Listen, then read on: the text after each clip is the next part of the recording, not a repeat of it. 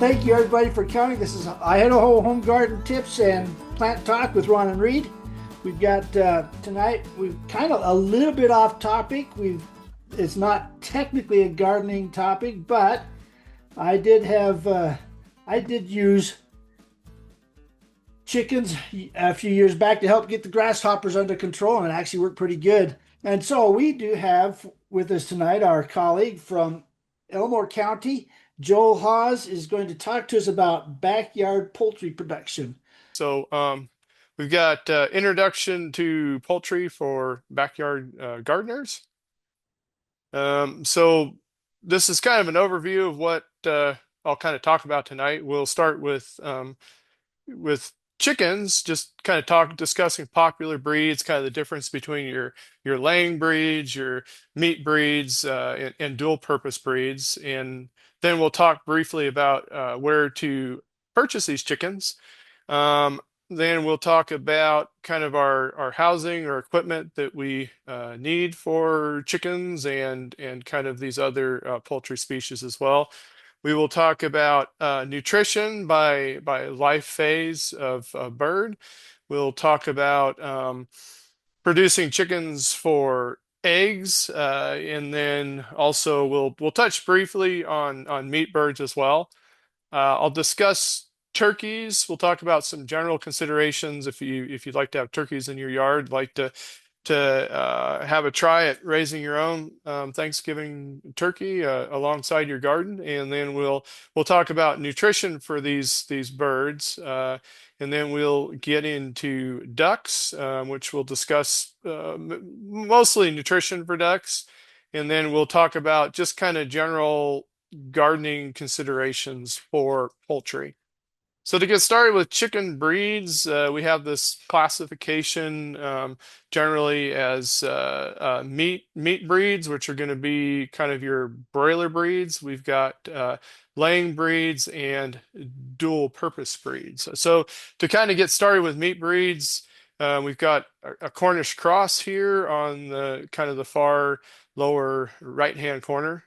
Another name for that breed is a Cornish rock, but that's the typical breed that's used in commercial meat production. And these birds are really stocky, heavy muscled, quick growing. They're going to reach market weight in about 5 weeks in many cases. So these birds aren't generally the best fit for kind of a garden situation, just because they grow rather quickly. They have high protein and nutrition requirements. They tend to break down and get deformity in their legs, just kind of due to their fast growth.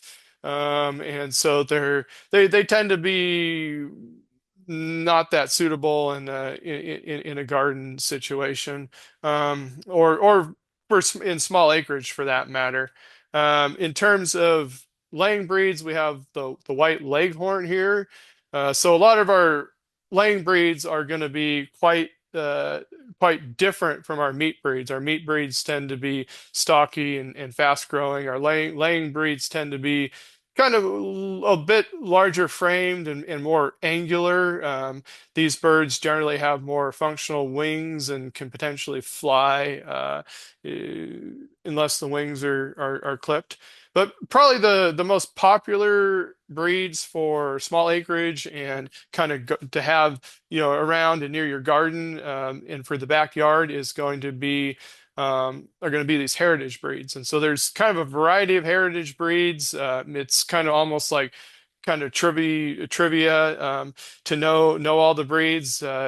Honestly, I know kind of a handful, but we have such breeds as the Orpington, like this Buff Orpington here, and then the Rhode Island Red, Barred Rock, that would be another breed. So a lot of your popular chicken breeds that you can get at the farm store are going to be these dual purpose breeds that can be potentially suitable for laying eggs and also for meat. It's important to note that some of the laying breeds, while most of the laying breeds and the dual purpose breeds can be somewhat flighty, so they can potentially fly, 4 feet or higher, particularly some of these laying breeds. So it's something to keep in mind when you're designing facilities and fences, kind of for your birds, or just deciding whether having poultry in your backyard is a good fit for you. So where to find chickens? Most places, you generally start at the farm store. You'll want to check your zoning local ordinances first, particularly if you live in town. If you live within city limits, you probably want to check that out. Just make sure that your place is owned correctly, especially if you're going to have roosters. But anyhow, typically your farm or feed store is going to be a good place to um, get chicks, and you can find those at most feed stores generally. Starting this time of year, maybe I think some of the local feed stores have been having chicks for 3 weeks to a month now. Private breeders would be another source, just or other kind of backyard, small acreage folks can potentially be a source of birds. And then finally, you can, mail order birds. You can get both the chicks and the eggs. If you're going to get the eggs, you need an incubator, which kind of opens up another can of worms, potentially. But you can get the chicks kind of shipped out live too. Chicken housing equipment, for most backyard producers, this is going to be the biggest line item expense in getting started. And so to get started, it's good to have a plan or kind of a goal for poultry on your property. I mean, do you want to raise eggs? I think that's for most people are probably interested in egg production for backyard chickens and kind of around the garden. That's generally the most popular poultry to have. Meat birds tend to be a bit less popular. Incubators, if you're going to order, eggs through the mail. Brooding equipment, which we'll go over, that's going to be brooding is kind of the process of raising young chicks to where they're a bit larger and big enough to roam outside. Coops and other enclosures. Chickens like to fly up to roost at night, as do turkeys. Ducks tend to kind of loaf closer to water. Nest boxes for eggs are something important to have, and then feeders and waterers for growing and adult birds. So here's kind of some brooding equipment that you would need. We've got kind of smaller feeders and waterers there. We've got kind of a pen set up here. You can go with kind of more of a coop. This was something when I used to work at farm stores, we would keep the baby chicks that we were selling in kind of a cage that was more like this, so that we didn't have to stoop down as far to reach the birds to get them for the customers. But so this would be an example of another cage or facility that you could potentially use. In either case, you're going to need a heat lamp to keep those birds at 80, 84 plus degrees. Generally, you want to keep those birds warm. They're young. They kind of need some insulation. Got kind of a drown-proof waterer here and a tower feeder. So in terms of miscellaneous enclosure options for the birds after they're large enough to roam around when they've matured past that brooder phase. So in terms of kind of planning out your chicken coops, cages, and enclosures for your backyard and small acreage, if you've got some leghorns or some dual purpose breeds that like to fly, you might want something that's a little taller, about 48 inches. A 48 2-inch fence is adequate for most breeds. Really, with poultry, fences most of the time are as much about keeping predators out as they are keeping birds in. So predator deterrence is a big deal. You can find a lot of prefabricated coops and cages at the farm store or online. You can also elect to build your own. There's a lot of YouTube videos out there about how to make your own coop. And then finally, you might opt for kind of an electric fence setup.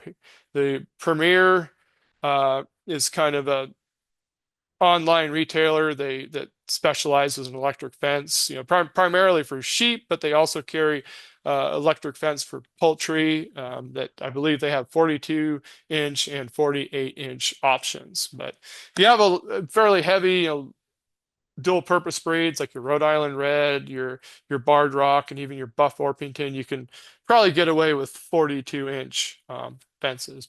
So chicken feeding and nutrition, and I guess we'll start with the first question of what do poultry eat in nature? And Ron mentioned one thing, and that is bugs. So poultry, chickens, and turkeys, and even ducks tend to eat bugs in nature, which that can kind of encompass a wide range of bugs. They love earthworms generally. They will eat all sorts of things. Chickens are omnivores, and really poultry in general. They eat kind of a wide variety of both plant and animal matter, including earthworms, small lizards, snakes, even carrion. So in terms of nutrients, what's the most important nutrient for life and chickens, and that leads us to water. One thing with chickens tend to, well, and poultry in general, turkeys as well, tend to be drawn to red objects, which is why we see a lot of feeders that are the color red. So proteins, or I'm sorry, water is going to be the most important nutrient, followed by protein, carbohydrates, and fats for energy. Vitamins are important for optimal nutrition. One of the feed mills that I worked at was kind of more of a supplement company. We put together a vitamin premix for poultry, and unfortunately, we had a strike there, and some of us that worked in the office had to go out and fill in for the mill workers, and we had some temporary help, and one of our temporary help accidentally forgot to add some vitamin D and vitamin E to a commercial poultry premix that was being sent down to a commercial poultry operation to provide the vitamins and trace minerals for the poultry. And unfortunately, because of that, the production in a lot of their birds dipped. Those birds were cold, essentially thrown into a shredder. They were cold prematurely, and so that caused about a $500,000 worth of loss for that company, which for the poultry operation, which our company then settled for and recompensated that poultry operation for. So vitamins are generally important for optimal production in commercial operations. However, with kind of backyard chickens, it's probably not as critical if chickens are out in the warmer months pecking away, getting bugs and that sort of thing. In addition to their poultry feed, then they're probably going to tend to meet some of these nutrient requirements based on consuming some plant material and bugs. Minerals are important. A lot of folks opt to give their chicken supplemental grit, and grit's usually offered free choice in a little dish or bowl for the birds. It's more important for birds that are constantly in confinement. If birds are out in the yard and they're able to peck around, they can usually pick up. They'll naturally kind of peck at the dirt and pick up the grit that they need. And then supplemental calcium, often in the form of oyster shell, is something that a lot of folks opt to offer their laying hens. If you've got a good commercial feed, you probably don't need supplemental calcium, but a lot of folks do like to give that to their offer that to their laying hens. So we'll kind of move on here to the poultry digestive system. Poultry are considered, from a nutritional standpoint, to be monogastrics. Sorry for the for the rather graphic nature of this picture, but it gives a good representation of how food travels through the digestive tract of poultry. So you've got the beak here, and kind of unlike with with mammals, with mammals, our mouth, we have teeth, and we can kind of chew food up and start to mechanically digest that food. And chickens don't really have that sort of mechanical grinding going on in their mouth. Rather, they have that going on down here in their gizzard. So you've got the crop. This is kind of where food is stored. It then is going to go to the gizzard, and well, pass through the proventriculus. So the proventriculus is kind of like our stomach. It's the glandular stomach, and food actually passes through there, and that's where it gets acid and enzymes start to do their work, and then it goes to the gizzard, which is where the grit is generally stored, and that's kind of a muscular grinding stomach that's gonna grind up the feed before it goes on here into the small intestine. You got the duodenum. You've got the gallbladder for storing bile to help with breakdown and metabolism of fats. You've got the ceca here, which are kind of somewhat similar to our appendix. You've got the large intestine, and then the cloaca is kind of the basically synonymous kind of with the anus in the chicken. So to kind of talk here about choosing a poultry feed, and generally even with backyard chickens, it's good to choose a complete poultry feed. A lot of folks like to feed chicken scratch to chickens, and scratch is certainly a good source of grains, but you're going to have like your corn, milo, and wheat, and so you're going to have some protein in that, but at the same time, you're not going to have a complete protein. And so a complete poultry feed like this country feed layer mash is going to have the protein. You've got lysine here and methionine. Those are amino acids that are traditionally lacking in a lot of poultry diets. Most poultry diets are going to be formulated with ground corn and soybean meal. Are those the only animal, or I'm sorry, plant-based proteins that you can use? And the answer would be no. I mean, some folks will go so far as to seek out feeds that have protein sources such as peas, and kind of grain sources such as sorghum or milo, just to avoid going with corn and soybean, which can and typically are using genetically modified GMO crops.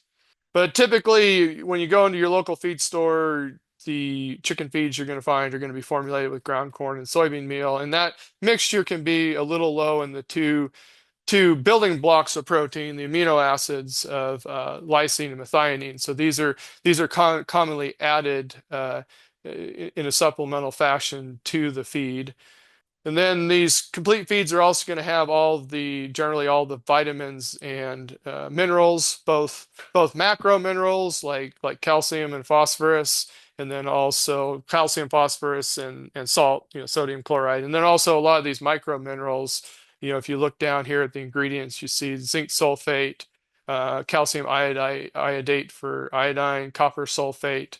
Copper is fairly important in poultry feeds. Most poultry feeds are fairly high in copper, and that's one reason we don't want to feed poultry feeds generally to sheep.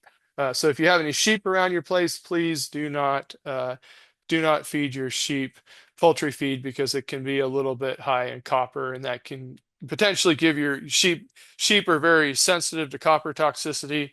Goats and Jersey cattle can also be sensitive to copper to a lesser extent. So it's generally important to feed chicken feeds to chickens. As the label here says, this product has been formulated specifically for laying hens and is not intended for other species. So one question that came up in in an earlier presentation that I did on this would be, well, where's the fat here coming from? And the answer to that is that typically, like your soybean meal and your corn are going to have some fat. That's kind of where they one source where they get soybean meal and or soybean oil and corn oil that you use potentially for cooking in the grocery store. So that's one place where fat in poultry diets can come from. This product here doesn't some products will say, where it says grain products here, it'll say like, ground corn, and plant protein products would be ground soybean meal. In this case, they don't say that per se, but it's probably corn and soybean meal, but this grain products could include other things like rice bran, and rice bran is fairly high in fat. This product here also has some animal protein products, so that could be like a blood meal or a bone meal. Bone meal is a good source of calcium. It also has some protein, and blood meal is an excellent source of protein. And both of those are sometimes added to poultry diets. They're generally not the most cost effective source of those ingredients, but we've kind of got a whole range of vitamins here. We have vitamins A, D, E, and K, plus all of our B vitamins. It looks like we've got the vitamin K there too.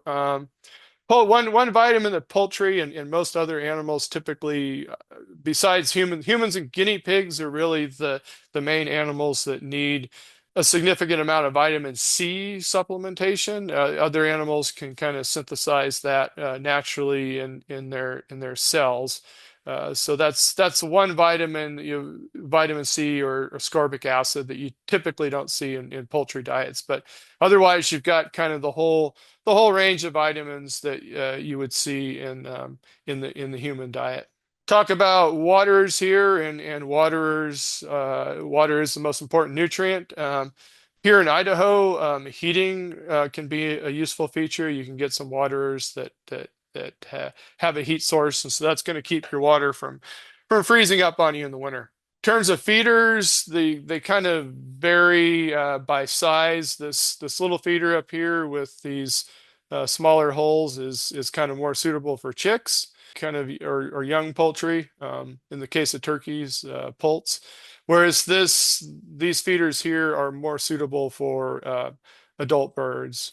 For growing and mature birds, having feed and waters off the feeders and waters off the ground can cut down on contamination and other messiness. And as I mentioned earlier, poultry tend to be drawn towards the color red, and so that's why a lot of our plastic poultry feeders are colored red. Feeding and managing chicks, so the correct heat is generally no more than 110 degrees directly under the heat source. 110 degrees is a little too hot for the chicks, so they're going to tend to stay a little more on the periphery. But 84 degrees at the edge of your brooder kind of ring or your brooder box is generally kind of going to be the lower limit. Keeping clean litter, whether that's shavings, and generally shavings is going to be better for chicks. Straw can be better for adult birds, but for the chicks, you want to try to keep that litter clean, cleaned out, clean the manure out and droppings out to keep ammonia from building up. So in terms of our feed for our meat birds are going to need a little more protein. So for the first 2 weeks, we're going to want 22 to 24% crude protein for meat birds. Whereas our layer and dual purpose breeds, we're on a little different scale. So for the layer and dual purpose breeds, for the first 6 weeks of life, we need 20 to 21% crude protein starter feed that you can get at most feed stores, and most farm stores are going to carry that. So in terms of broilers, at that 2 to 4 week mark, you can lower your protein slightly down to 20 to 21%. And then 4 weeks to market. And once again, a lot of these broilers, they can be ready for market in 5 weeks. You're looking at an 18 to 20% finisher. For your layer and dual purpose breeds, once you're kind of past that initial 6 weeks, you can drop the protein down to a 16 to 19% kind of pullet. It's going to be kind of a growing female. That's going to be more of a growing feed. And then with laying onset, they're generally going to start laying at 18 to 20 weeks, depending on breed. You can go to a 16 to 18% layer feed. Oyster shell may be offered as a supplement on a free choice basis to laying hens, but generally isn't necessary if they're getting a correctly formulated feed. Chickens often really like salad greens and various chicken scraps. So if you've got kind of scraps from your garden, chickens like to gobble those up. These are some mature hens that I was feeding a few years ago, and they really liked some extra salad greens whenever they could get those. So in terms of texture of feeds, you're typically going to have kind of available to you mash, crumble, or pellet. The advantages of the mash is that it's often a little cheaper. It's the least processed form. They're kind of blending the ground corn and the soybean meal and all the other ingredients just kind of together and leaving that loose. And so it can be good for chicks. Crumbles can also be good for chicks. Crumbles are actually the most processed form of chicken feed because they're basically going to pelletize the feed and then break it back down into a crumble. Um, most folks prefer a pellet for adult birds. The crumble and the mash are going to be generally suitable for younger birds. A mash can be fed. That's if you're going to mix your own feed and you don't want to. Well, you don't have a pellet mill. Pellet mills are part of commercial feed mills. They're fairly expensive to run and definitely a lot of overhead to buy. So if you're mixing your own, you're going with a mash. If you are using commercial feeds, then a crumble or pellet is better. You might save some money by buying a mash. Just like to touch here on kind of the whole pasture and omega-3 kind of egg sort of trend, so to speak. So truly free ranging your laying hens and having them out on pasture allows them to eat bugs, seeds, and grasses. And those are products that are going to tend to be higher in omega-3 fatty acids relative to omega-6. And these are the omega-3 versus omega-6 fatty acids. Those are kind of polyunsaturated fatty acids that are in the yolk of the egg.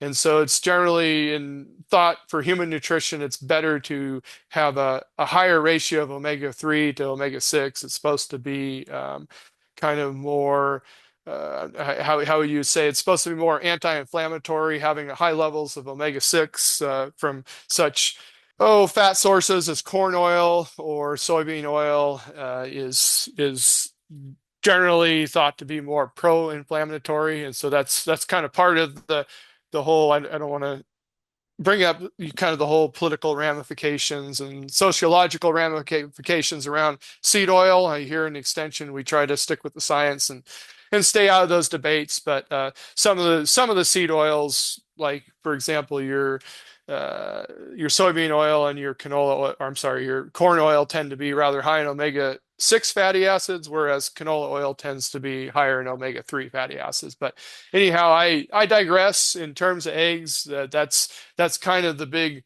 impetus behind the free ranging eggs. Now, in terms of free range eggs from the grocery store and from USDA and from the Idaho State Department of Agriculture, there's kind of an official definition. I don't know it off the top of my head, but I think it's something like 10 feet or maybe it's only 4 feet per hen or something like that. So there's kind of a legal definition that doesn't really contribute necessarily to the hens being out in, say, your garden or out in your yard, pecking on natural food sources that can have higher levels of omega-3 fatty acids. But so there's a few things we can do. We can actually feed commercially produced feed that's formulated with flaxseed meal.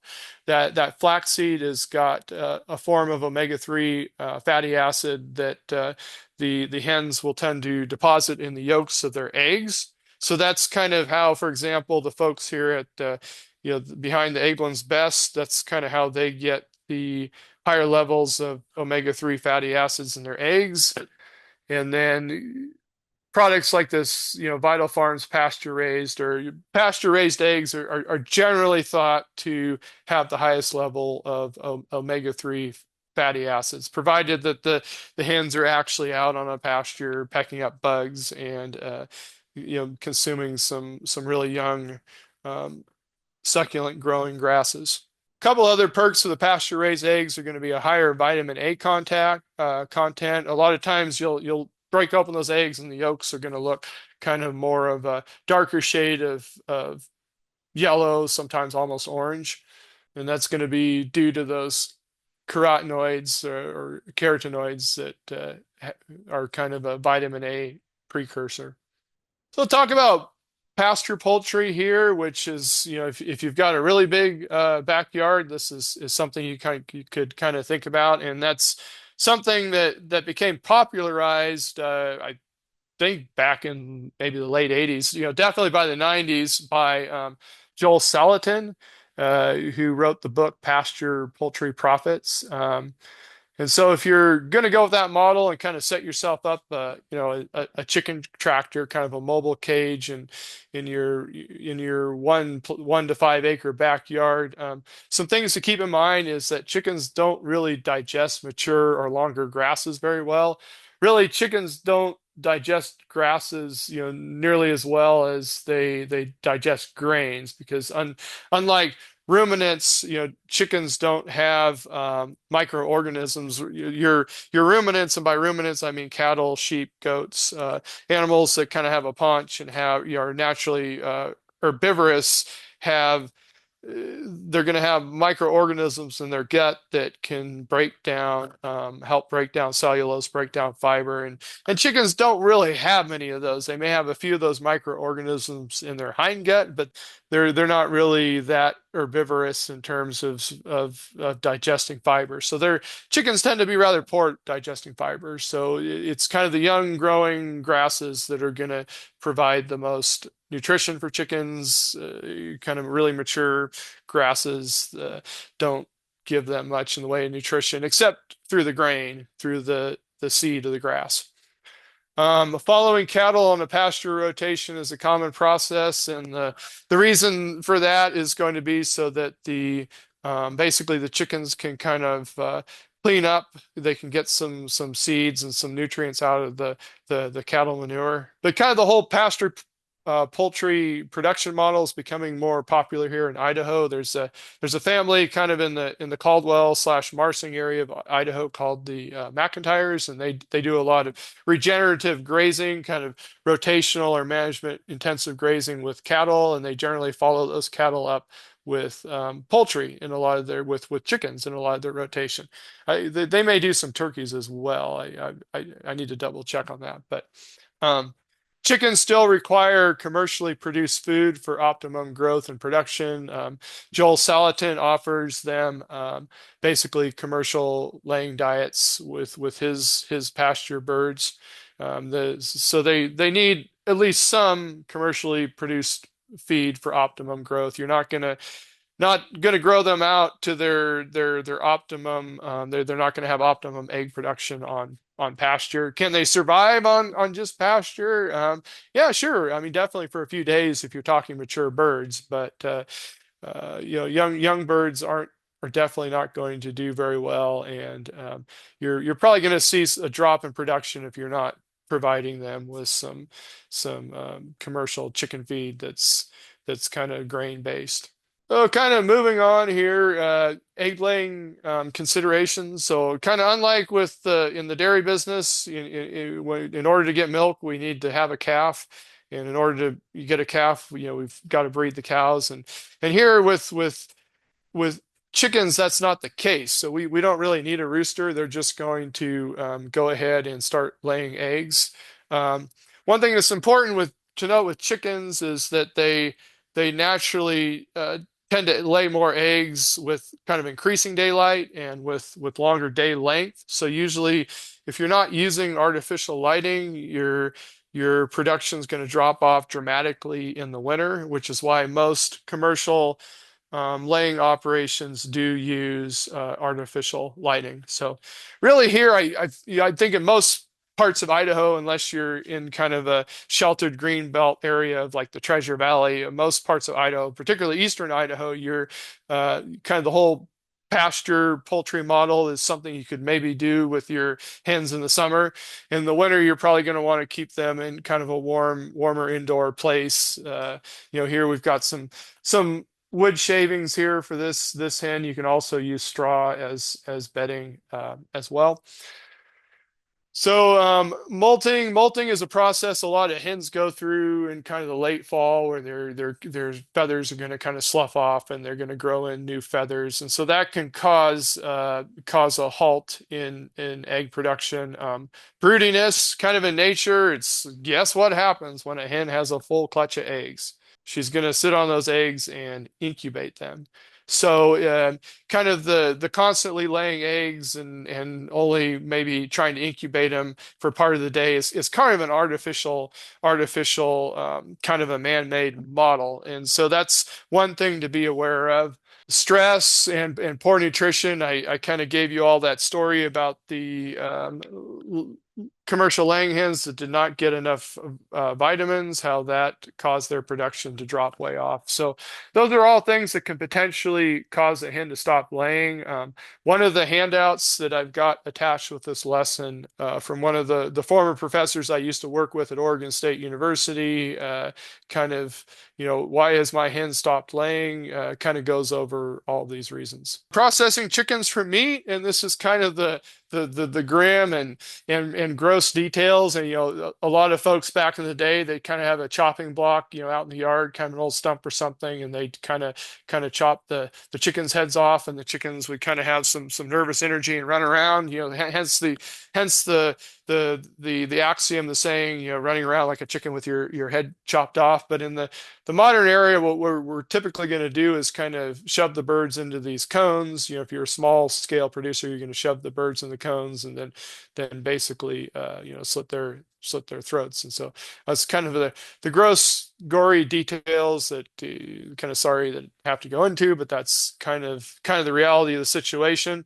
Typically for backyard chickens, this is probably less of a concern, particularly when you get started. But eventually, those hens are going to get old, and if their egg production sloughs off, you're going to have kind of the choice of do I have a pet or do I have some meat for the stew pot? And you can order these cones off of Amazon. Actually, this is kind of a large, more sophisticated model for maybe a smaller commercial poultry processing facility. This link down here is from I believe this is University of Michigan Extension, and it kind of goes over small scale poultry home processing. Talk about turkeys here briefly, and turkeys tend to be a little less suitable for a lot of gardens. But if you live in parts of Pocatello, you may have some wild turkeys that come by your place. I know that from firsthand experience.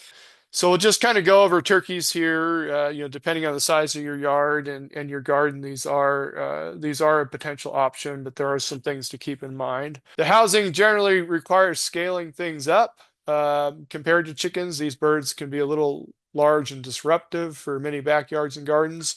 Poultries are the poults, which kind of are synonymous with chicks, or in turkeys we call those poults. Need to be kept warm for the first 2 weeks of life. They need to be kept in kind of a tighter temperature range a lot of times than chickens do. Some heritage breeds, like the Rio Grande and the Merriam, which are essentially domesticated variants of wild turkeys, can be very capable flyers. So contrary to popular belief, wild turkeys can actually fly really well. A lot of domestic turkeys tend to have that capability kind of bred out of them in favor of just growth and meatiness. So one thing that's really important here is the protein requirements, and this is something some folks in our 4-H groups here in Elmore County had some struggles with earlier this year. And turkeys, they're kind of bigger birds. They grow faster in terms of total weight gain, and so they need more protein.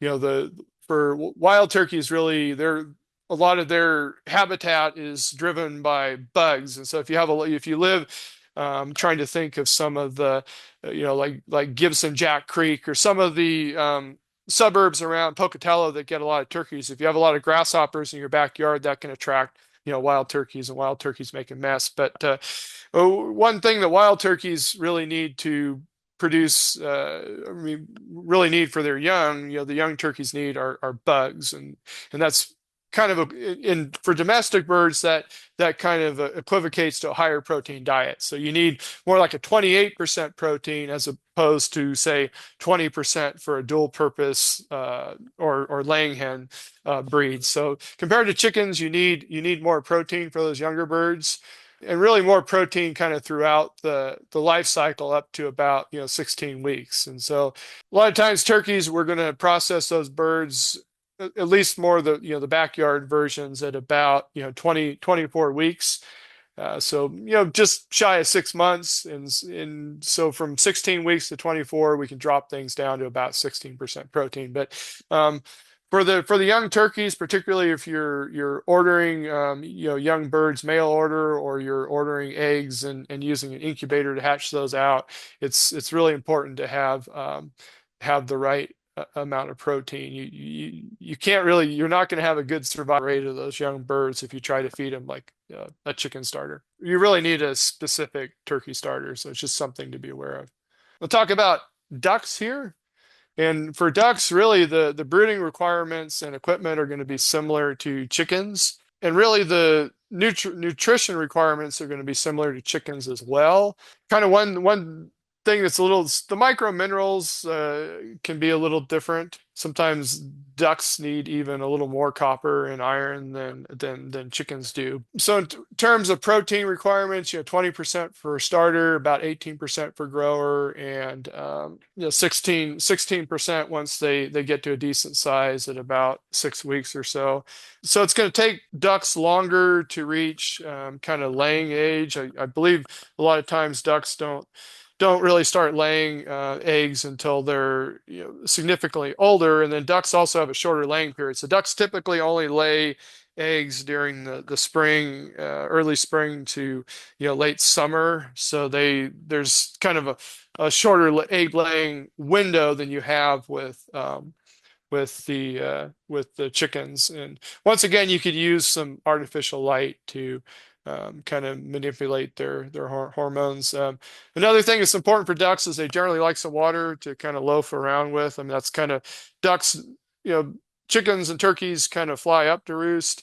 Ducks kind of loaf or spend the nights kind of right at or on the water. So having some good clean water just for the ducks to swim in is kind of an important consideration.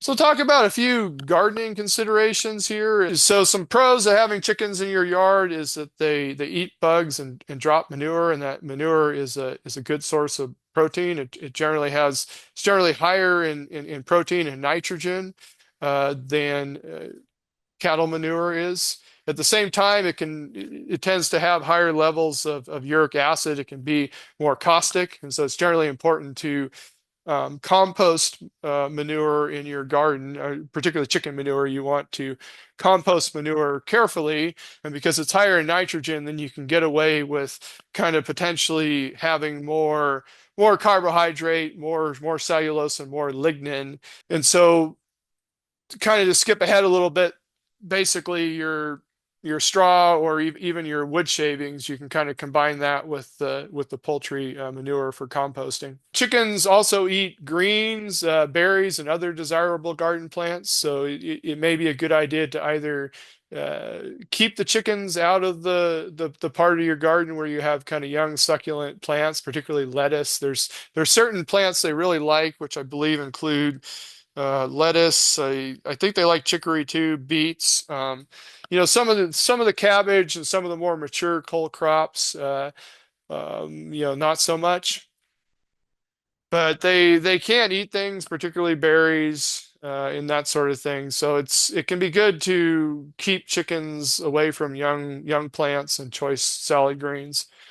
Predators can be a big concern, as I mentioned earlier. Chicken fencing and coops are as much about keeping predators out as they are keeping the chickens in.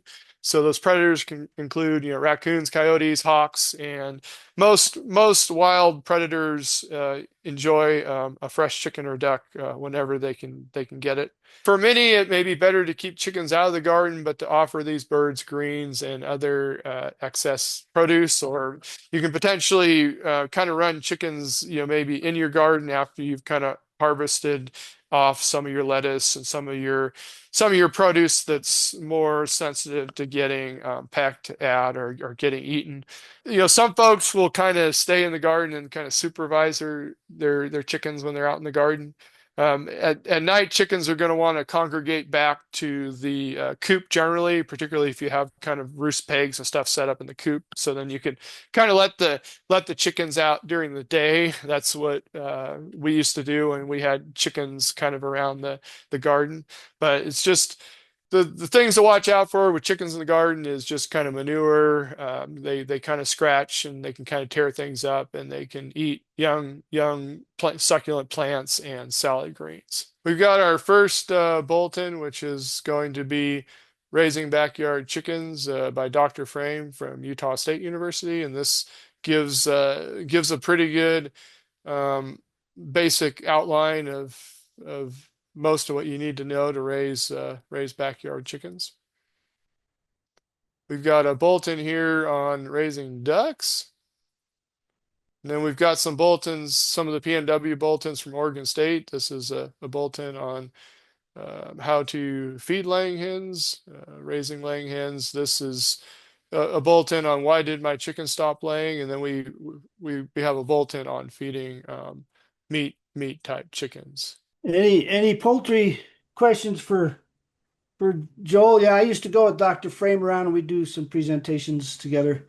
Uh, it was fun. Um, just be aware of your local regulations, and chickens do dirt baths and they'll dig up your garden if you're not careful. So uh, don't have them out while you're trying to grow a garden. And they're kind of like well, they'll, like other birds, they'll go and they'll pick at one tomato, then go pick at another tomato, then go pick at another tomato. They ruin every tomato, but they don't eat the whole dang thing. So, so yeah. And the other thing, he talked a lot about regulating the temperature on those birds, and they'll actually regulate themselves. You just need to know how close your brood lamp is. If you get it too far away and they're clustered real tight underneath the brood lamp, you don't have it down close enough. You can drop that down closer. Then if they scatter out to the outside edge of the brood lamp, then you've probably got it about right. They can regulate their own temperature. They get cold, they'll go in where it's warmer. If they get warm, they get away. There's a little bit colder.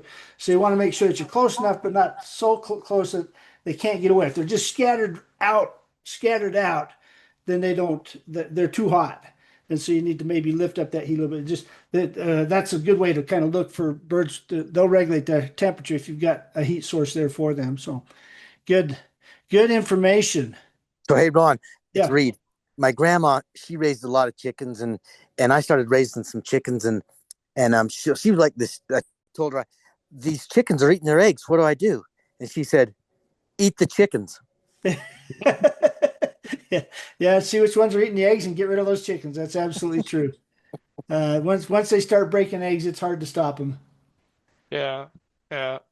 All right. Any other? I think there weren't a whole lot of questions. We've got the things presented for it. Mostly we're focused on gardening, but again, I did use chickens. When I was down in Price, I had a 30,000 square foot garden and a lot of grasshoppers down there, and so uh, I had used chickens in the off season to keep the grasshopper population down low, and it really did help quite a bit actually. And I mentioned in the chat, I could get my chickens to come at a whistle because what I'd do is I'd go out and I'd catch the grasshoppers off of my raspberry canes and things like that, and I'd put them in a buttered carton and stick it in the refrigerator so the grasshoppers are cold and sluggish.